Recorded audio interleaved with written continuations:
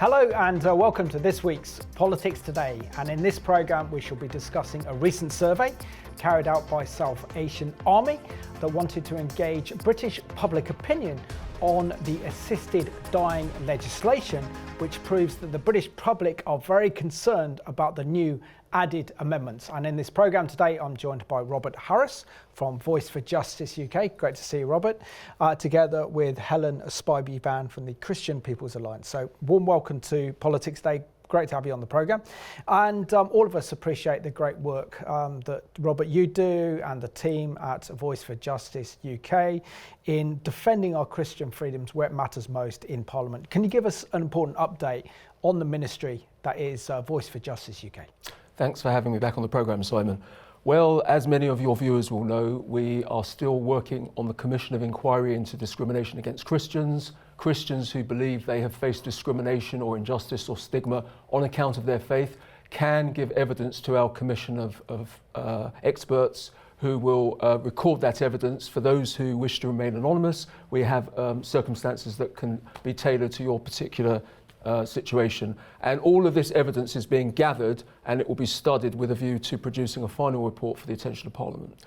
On the subject of assisted dying, we are urging all our subscribers who are in the many thousands, and the general public of course, because all of this is openly on our website, to contact their MP, to urge their MP to vote against this bill, which poses many, many dangers to many groups of people, not just those who consider themselves vulnerable, many groups of people, and I know this is the subject of your programme. Exactly, our programme, absolutely. And great to see you back on the programme, Helen, and I'm very grateful you're here. You always do your research, which is wonderful. Just share with us the work being done, particularly for the Christian People's Alliance, as we head into the local elections next month in May.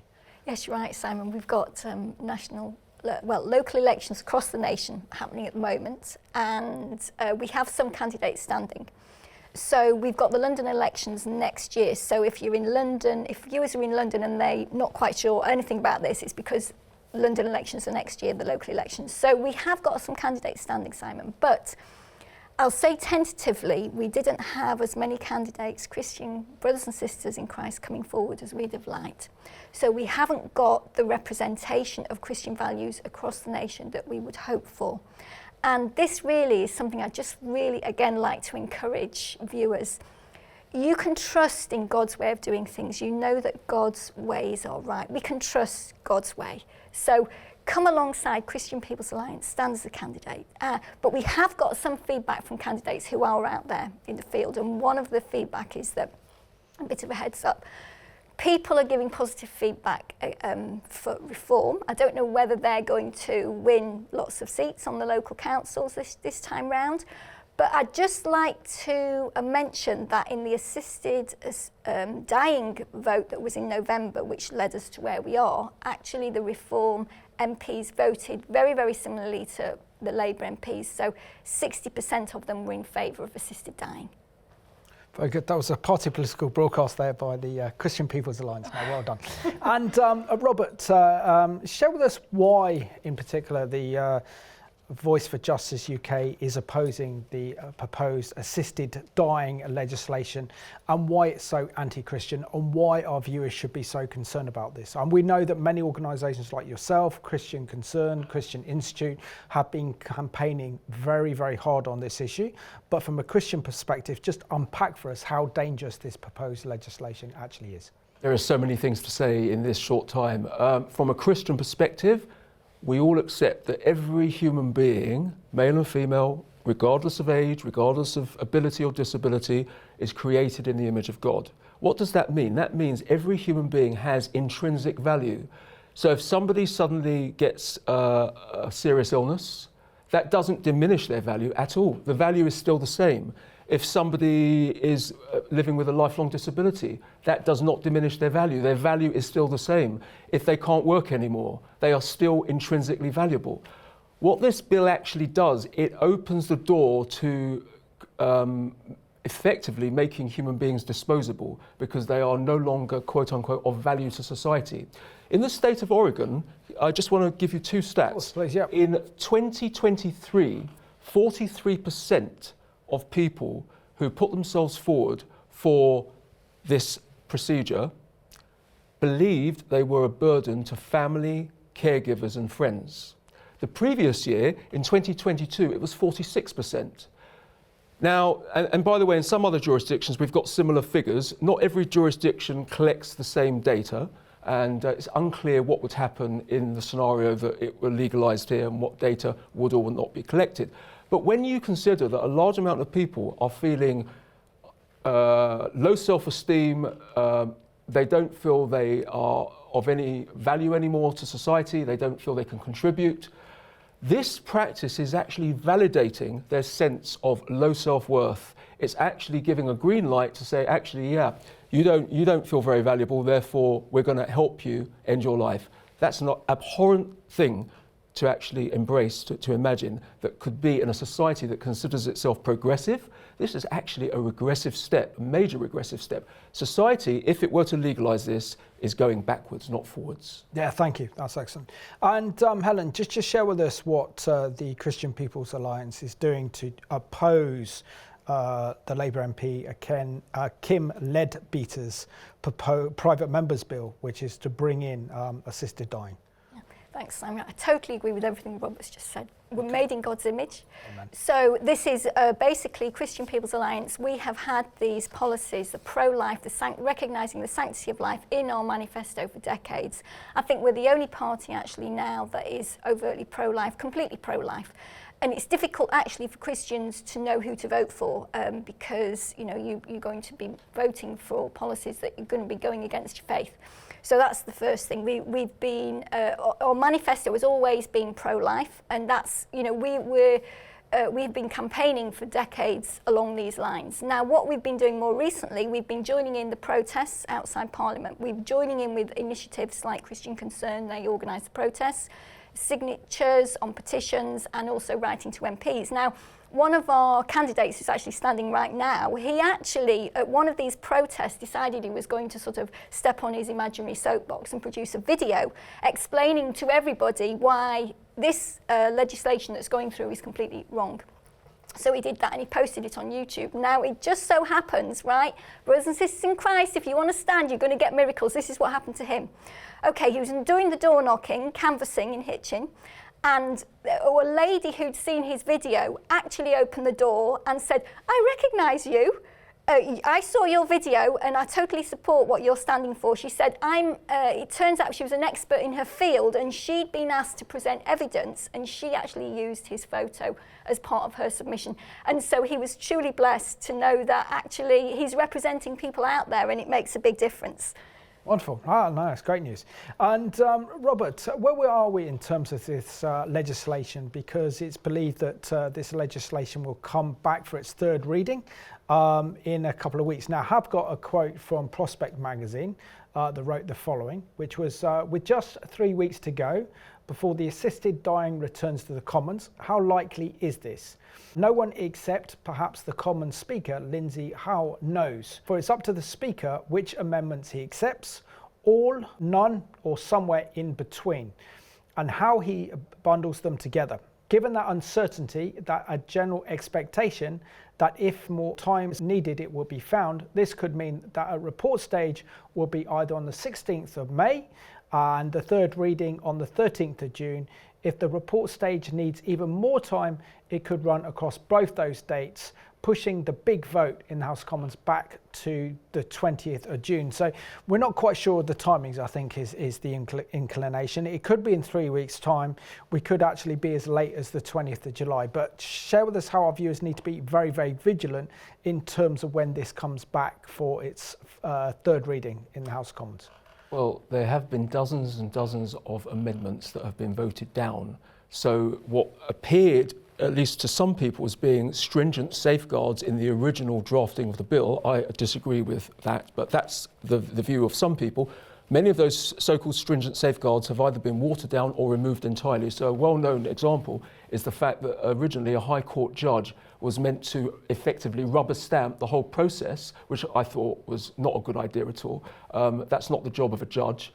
That has been changed now. The idea is that there will be a panel of experts, so-called experts, who will have the decision presented to them to accept or not. Now, the problem is that this panel of experts, they won't know the patient. In fact, many doctors don't even know their patients. Recently, we had a very distinguished psychiatrist address us. This is at the parliamentary group, which I'm a member of, Linda Rose, who's been on your programme a number of times. She convenes the group. It's called the Lords and Commons Family and Child Protection Group. We have an MP, of course, who chairs our group, and we had a distinguished psychiatrist address us, and he said that when you speak to a patient, it takes quite a number of sessions before you really understand what they're thinking, what their feelings are, what their aspirations are, what their fears are. You can't really capture that in one meeting. Now, you would think that that sort of view is a fairly standard view. I would think that. And yet the procedures, the processes that they are suggesting that would allow someone to go through this process of having their life ended effectively, it hasn't actually got all that due process built into it. That's a very concerning thing. I'd like your viewers to know that if you know how your MP voted, and if you're discouraged by the fact that your MP voted for it, that is not the end of the bargain. A number of MPs have publicly stated that they are open to changing their minds if they understand the safeguards are going to be strengthened as they understand it. Another thing to remember is if an MP is pro-abortion, don't assume that they are pro-assisted dying. In fact, I prefer to use the language of assisted suicide. Don't assume that. Some MPs believe abortion is a good thing. They are against assisted dying. So some MPs are open to changing their minds. Please don't consider this a done deal. Try to get a meeting with your MP. They have a moral obligation to respond to you at the very least. Don't consider this a closed deal. It's only done when it's done. Excellent. And Helen, just share with us how, for example, there's many concerns, particularly amongst faith groups and particularly women faith groups, that they believe that assisted dying could become a tool to harm women in England and Wales, say faith leaders. These faith leaders have actually issued a letter from 100 women from different faith backgrounds, kind of very multi-faith, put together by the Christian think tank Theos, to members of Parliament saying they oppose this legislation because they feel that women would be targeted. They would either be coerced into assisted dying, or those that are kind of lonely and vulnerable may find themselves coming under assisted dying legislation. Share with us your thoughts on this. Yeah, it is absolutely concerning because they've highlighted the connection between domestic abuse and suicidality in women. So first of all, I'd like to think about why women and then why women of faith. So, and as Robert just mentioned, the safeguards in this bill have been stripped out, including the holistic assessments that evaluate the family, things that might be happening in the family, things that might be happening in the setting where they live. So the reason why it's described as a tool that could be used to harm women is because it opens up a pathway and doesn't diagnose properly those people who are could possibly be have suicidal thoughts because of their setting, because of their situation, and actually, to be honest, I don't think there's any other explanation. If you're having suicidal thoughts, you're coming under oppression and you're not in your right mind, even to make a decision, on whether or not you want to die or not. That's absolutely the standard belief is that you're not in your right state of mind to even put yourself forward for it in the first place. So, but these particular women who are in this situation, because there's a connection between suicidality and domestic abuse, this is what they were highlighting. Now, I'll give you an example. A young woman, she studies at university, meets an older man from overseas, who's a mature student. He's got one more year, so when he leaves, she leaves with him. She gives up a course, she moves in with him, and after a year or so, she's expecting a first child. The family's not happy about this, obviously, so they're worried they might persuade her, coerce her. He's happy with the idea she should abort the child anyway, so that's what happens. So she's already gone through one state of trauma. Then what happens is, of course, the following year, she gets pregnant again. By this time, she realises that she's got an STI because he's been cheating on her. And, she's really, really frazzled in emotions. And then the social workers, somehow it comes onto their radar because they are looking into whether this child is safe or not. And because of all the pressure on her, because when she will challenge her partner about the cheating, the unfaithfulness, he will get angry. And then the domestic violence becomes a bigger problem. The social worker is involved. She's under so much pressure, she then has a psychosis and the baby's taken away. Now you can imagine how hopeless she would feel and how at risk of sort of the suicidal thoughts. And if somebody offers her, would you like to consider assisted dying? It's not the right time to ask somebody when they're feeling depressed like that. Now, at the moment, the wording in the bill wouldn't include people in this category because, you know, she's not got a terminal illness. But we know the way equalities laws works for inclusivity. So once a service is established, equality law comes into force and says, well, why are some people being left out of accessing this service? So that's the thing. Now, one other thing I wanted to mention was anger management, because it's obviously a word in the Bible that we can trust. We know that self-control is important, and this has a bearing on why it is that, for example, a man might be moved into abusing his wife or his partner. Now, we sometimes say, and often you hear secularists say, he's bad, he's born bad, there's nothing you can do to help him. And that is so wrong. So we need to tackle the root causes of why that man is losing control. Now, I submitted, based on support I was giving to one woman, her and her husband loved each other, but he was struggling in this way, that came onto the police radar. They said, look, if you just go for some sessions of anger management, you'll be fine. Of course, no man wants to do that. So a few years later, he still hadn't done it. They were still struggling, to the point when the police then said, look, you're going to have to leave, you're going to have to separate, you can't be together. If you go anywhere near her, that will be it. So I submitted a freedom of information request to the police force, and I said, you know, do you actually offer self-control anger management to your officers? Because obviously they're going to get triggered all the time by hearing things they don't like the sound of.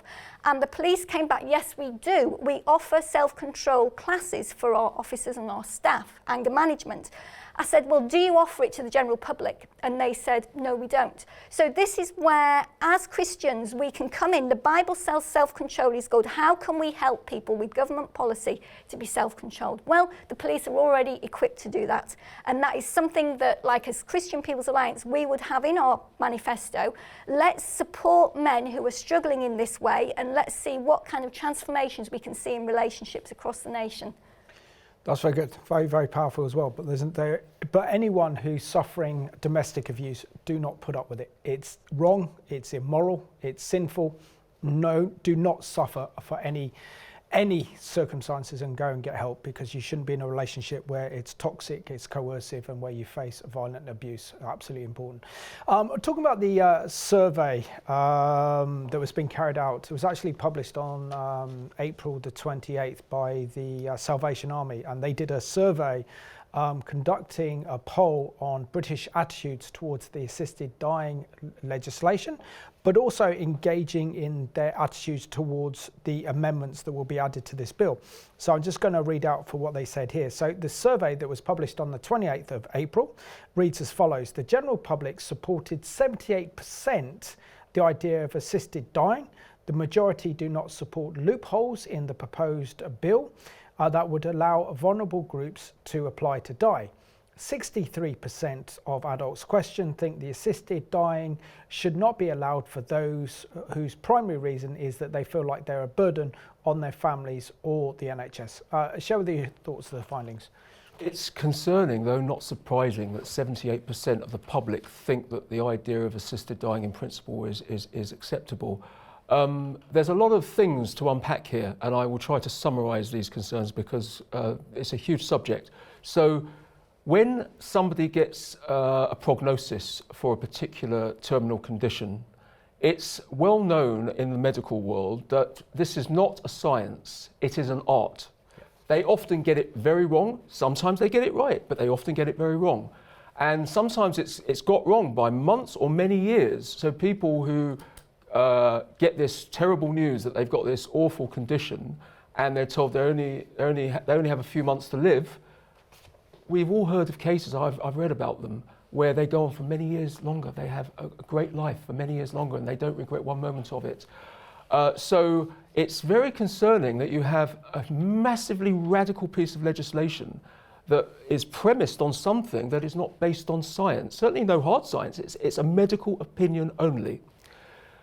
Then there's the issue of pain. So there's this story, this narrative that we get flooded in the media with, that you have these cases, and they're very concerning cases, I'm not undermining them at all, people who are suffering in great pain. So the question is, what can be done? Well, the first answer is that palliative medicine has developed to such an advanced level now that very, very few people experience pain in a way that the medicine cannot address. The drugs are so advanced that people can be given the comfort and the alleviation of the pain that they so much desire. So that's the first thing, and that's in the majority of cases.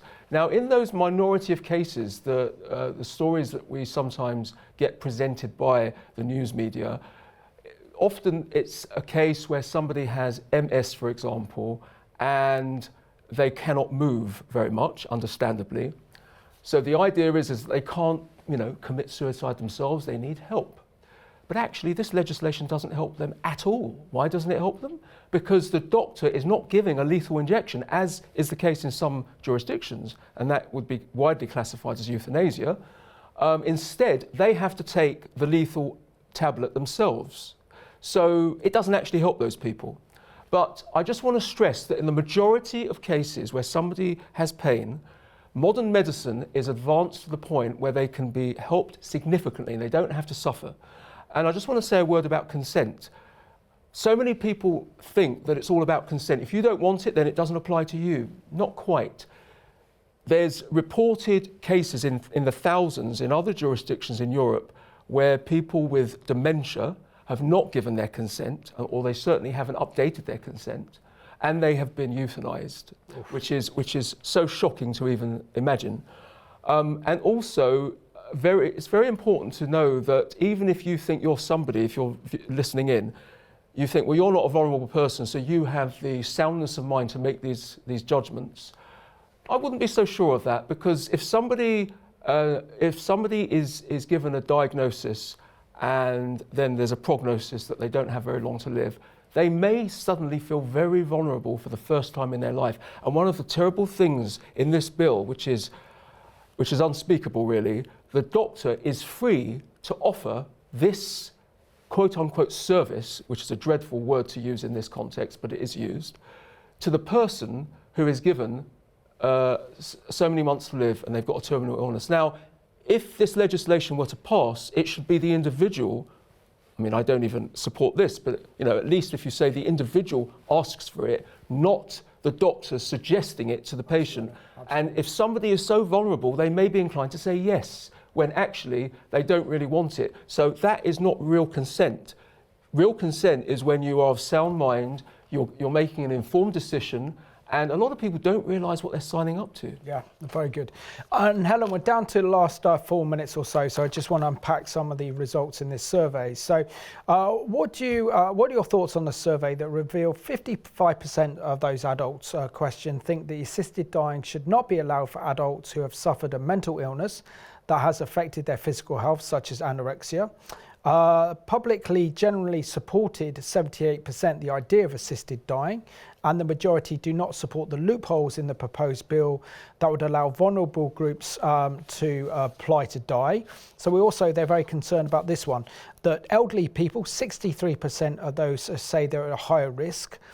Those with disabilities, 58%, and people with mental health issues, 56%. So share with us the concerns that the British public have that these vulnerable groups would be very, very vulnerable if this legislation on assisted dying is passed. Yeah, I think we can see there, Simon, there's a split of about 50%. So I'm surprised it's not higher in a way, that more people would think that if somebody's suffered a mental health issue, then they wouldn't be able to necessarily make a good decision. It shows there's vulnerabilities there about the state of mind. And I like the way the women leaders actually put it. So I'll just quickly read it out. Much of the debate inside and outside Parliament has been conducted by those empowered to speak of the importance of personal choice without consideration of those who struggle to be heard in the public square. So the people who are going to be affected by this bill are not the people on the front lines. And actually there's a tension in the public mind. They like the idea of personal choice, that's almost like their gold standard, but on the other hand, they don't like the idea of vulnerable people being put at risk, and there's this tension here. Absolutely. Yeah, very much so. So we lost a couple of minutes, so 2 questions for you. This is what the British public thought about the drugs that would be used for people to die. So the survey also showed strong support for the rejected amendments that would have acted as safety measures. 88% thought that the drug administered to assist death must be regulated for the specific purpose of dying, and 78% thought that a doctor should be in the room while the drugs are administered to take effect. Can you back up those fears regarding the drug use? We're down to less 2 minutes, and also how our viewers can respond to this challenge of this assisted dying legislation. Well, you must, if you're listening, and you must contact your MP. That's all I can say. However they voted, make your views known to them, because you don't know, they may change their mind for the best. As to this idea, which is false, broadly speaking, that somebody who goes through this process is going to be experiencing a painless death. The drugs that are widely used in various jurisdictions are usually untested. So sometimes people experience vomiting, they experience spasms. Death can take sometimes up to 5 days, and it varies with each individual. So if you believe that this is a painless death, that is not correct, and there's no dignity in dying this way when it's actually triggered deliberately by the use of drugs. The dignified way of dying, if there is such a way, is to die naturally. So Robert and Helen, thank you for doing such a great job on politics today. Thank you so much. Great to have you on the programme, and thank you for watching home. It's not too late to write to your members of Parliament to express your views on the proposed assisted dying legislation, which would make the vulnerable even more vulnerable. And as Christians, we need to stand up against this. So thank you for watching this week's Politics Today.